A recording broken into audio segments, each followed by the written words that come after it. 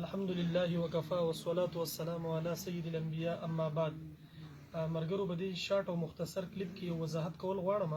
نن سبا په سوشل میډیا باندې یو پوسټ چلیږي او په هغې کې دا خبره په مخه کېږي چې یاره 4 رکعاته مونځ په یو سلام سره وکئ او په هغې کې 2 پیرې سورې فاتحه ووایئ او بیا 15 پیرې سورې کوثر ووایو چې څومره قضا مونځونه دي هغه به درته معاف شي. ګورئ زموږ غټه المیه دا ده که نه چې موږ دین د فیسبوک نه او د سوشل میډیا نه زده کوو. دا خبره صحیح نه ده. دا موضوع حدیث دی او موضوع حدیث هغې ته وایي چې د ځانه جوړ کړی شي. په شریعت کې د دې هېڅ حکم نشته او د دې هېڅ حیثیت نشته. نو که چا د دې څه منځونه باقي برای کرم هغه دا منځ مه کوئ، ځان له نور نوافل وکئ او د قضا منځونو قضا به په هر حال کې راګرځول غواړي. هغه په ذمه باندې قرض پرتې دي، څنګه چې روژه ده او هغه سړي د سر ته پرتی نو هغې روژې قضا به کوي. دقه شان د دې منځونو قضا چې ده هغه به قضا راوړي. دا منځ او دا کومه خبره چې کوي دا د حدیث نه ثابت نه ده او دقه حدیث چې چلیږي دا موضوع دی، د ځانه جوړ کړی شوی دی.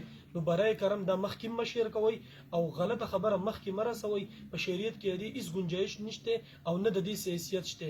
چا چې د دې شیرینګ کړی هغه برای کرم داسې کار وکړئ، دا ډیلیټ کړئ او دا ویډیو تاسو مخکې شیر کړئ چې ټول مسلمانانو ته دا پیغام ورسي. جزاک الله.